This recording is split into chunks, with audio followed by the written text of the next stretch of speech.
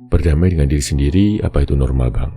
Berdamai sama diri sendiri itu wajib, bukan opsi. Bro, lo bisa pura-pura cuek ke orang lain, bisa lari dari masalah. Tapi ada satu orang yang lo gak bakal bisa hindari seumur hidup. Diri lo sendiri. Setiap malam sebelum tidur, yang lo hadapi ya lo lagi. Semua kebohongan, rasa minder, rasa bersalah, penyesalan, semua balik ke lo. Kalau lo gak bisa berdamai sama diri sendiri, hidup lo bakal penuh kecemasan, overthinking, dan akhirnya lo jadi musuh terbesar buat diri lo sendiri. Makanya, berdamai sama diri sendiri itu bukan sekedar self-love ala-ala, tapi fondasi buat lo bisa hidup tenang, fokus, dan berkembang. Karena kalau pikiran lo sendiri aja nggak bisa lo kendalikan, gimana lo mau menang di dunia ini? Nah, ada 3 teknik psikologi yang bisa lo pakai buat berdamai sama diri sendiri. Ini bukan teori kosong, tapi sesuatu yang bisa lo aplikasikan biar hati lo nggak terus-terusan berantem sama pikiran lo sendiri. 1. Radical acceptance. Terima dengan sadar, bukan pasrah. Kebanyakan orang kalau ketemu hal yang gak mereka suka dari diri sendiri, mereka langsung menyangkal atau malah kabur dari kenyataan. Akhirnya apa? Makin stres, makin gak berkembang. Radical acceptance itu bukan berarti lo pasrah atau nyerah, tapi lo sadar dan terima. Kalau ada hal yang gak bisa lo ubah saat ini, lo akui itu, lo sadari, tapi lo juga ngerti kalau lo punya pilihan buat tetap maju. Contoh konkret, lo sadar kalau sekarang lo masih gagal dalam banyak hal. Karir lo seret, fisik lo gak sebagus yang lo mau, mental lo masih labil, tapi lo terima itu tanpa drama. Lo gak denial, gak nyalahin diri sendiri. Dari titik penerimaan itu, lo mulai gerak buat ngubah apa yang bisa diubah. Buku rekomendasi The Happiness Trap karya Ras Harris. Pelajaran terpenting, lo bisa tetap hidup tenang walaupun keadaan gak sesuai ekspektasi. Ketidaknyamanan itu bukan musuh, tapi bagian dari perjalanan. 2. Self-distancing. Lihat diri lo dari luar diri lo. Kenapa orang gak mau kasih saran ke temannya, tapi pas kena masalah sendiri malah galau gak jelas? Karena mereka terlalu terjebak dalam pikirannya sendiri. Self-distancing ngajarin lo buat ngeliat lo dari perspektif orang lain. Bukan biar lo insecure, tapi biar lo bisa ngambil keputusan yang lebih objektif, tanpa dikendalikan emosi sesaat. Contoh konkret, lo baru aja gagal dalam sesuatu dan lo ngerasa hidup lo hancur. Coba bayangin, kalau temen lo yang ngalamin hal yang sama, apa yang bakal lo bilang ke dia? Lo bakal bilang dia sampah, gak guna, ya kan? Lo bakal kasih solusi atau minimal bilang, ini bukan akhir segalanya. Nah, kenapa ke diri sendiri lo gak bisa kayak gitu? Buku rekomendasi The Resilience Factor. Pelajaran terpenting, jangan biarkan satu momen buruk mendefinisikan lo selamanya. Belajar lihat masalah dari perspektif yang lebih luas. 3. Identity shift. Ubah cara lo melihat diri sendiri. Kalau lo masih melihat diri lo sebagai pecundang, orang gagal, atau korban keadaan, selama itu juga, lo bakal susah maju. Karena otak lo bakal cari bukti buat ngevalidasi keyakinan itu.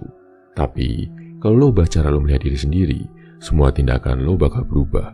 Lo mulai mikir dan berperilaku sesuai dengan versi terbaik dari diri lo. Dan lama-lama, itu beneran jadi kenyataan. Contoh konkret, jangan bilang, gua orangnya gampang nyerah. Ubah jadi, gua orang yang selalu nyari cara buat bangkit. Jangan bilang, gua bukan orang yang disiplin. Ubah jadi, gue lagi belajar buat lebih disiplin.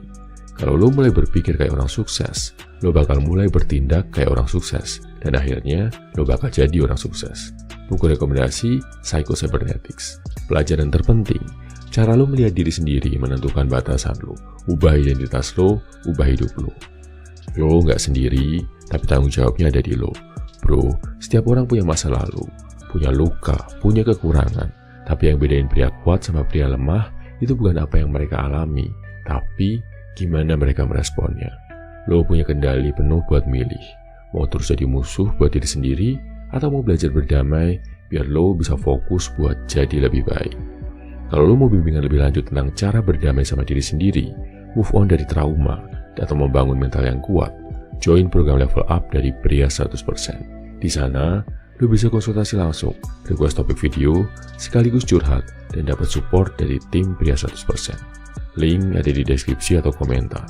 Jangan terus-terusan jadi musuh buat diri sendiri bro. Waktunya lo berdamai, biar lo bisa menang.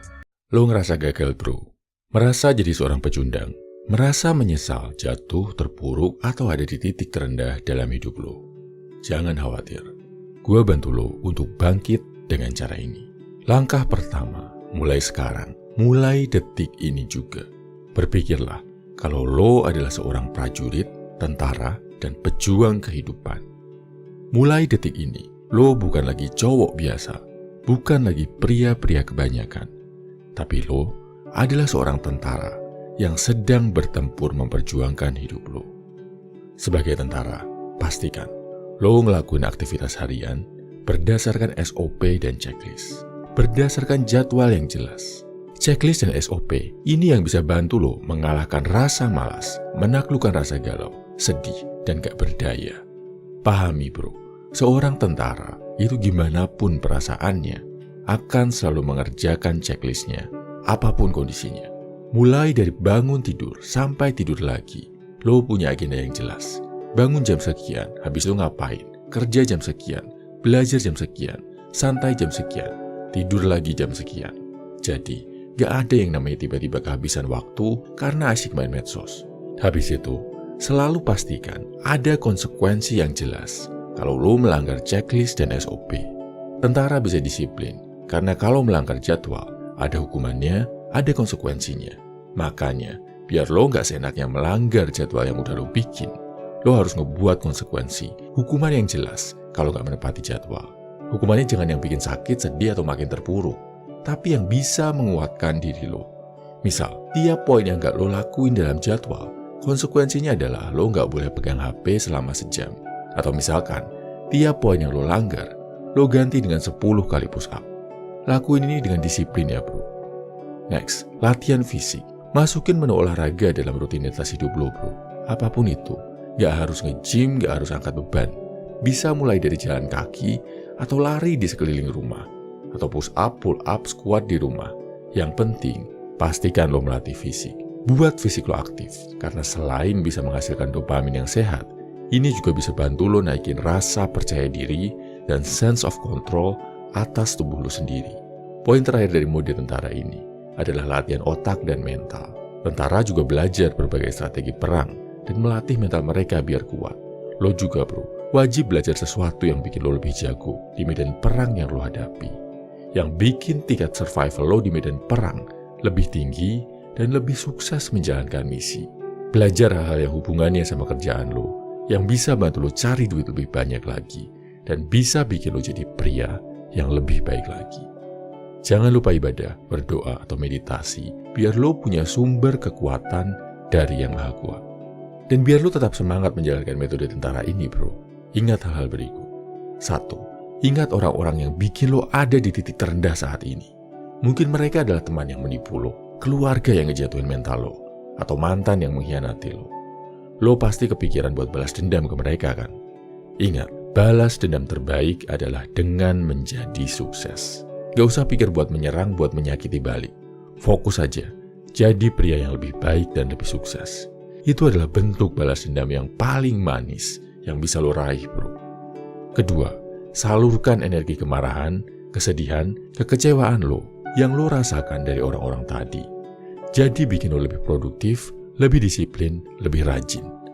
Mengamuklah bro, gunakan rasa sakit yang lo rasakan buat bertransformasi, workout lebih rajin, kerja lebih fokus, ibadah lebih khusyuk. Ingat, cobaan hidup adalah kesempatan. Kesempatan yang dikasih Tuhan agar lo jadi lebih baik bro. Banyak pria yang menyerah, jatuh, terpuruk karena cobaan hidup. Tapi gue yakin, lo beda bro. Lo melihat cobaan hidup bukan sebagai sesuatu yang menjatuhkan, tapi sebagai sebuah kesempatan, bahkan sebuah anugerah yang bisa bikin lo bangkit jadi jauh lebih baik dari yang sekarang. Dan terakhir, yakinlah bro, Tuhan tidak tidur. Hukum alam itu ada. Hidup lo pasti akan jadi lebih baik sepanjang lo menjadi pria yang lebih baik. Gue berdoa yang terbaik buat kesuksesan hidup lo bro. Gue yakin lo akan jadi lebih baik. Selamat berjuang bro. See you at the top. Salam value man. Semangat bro.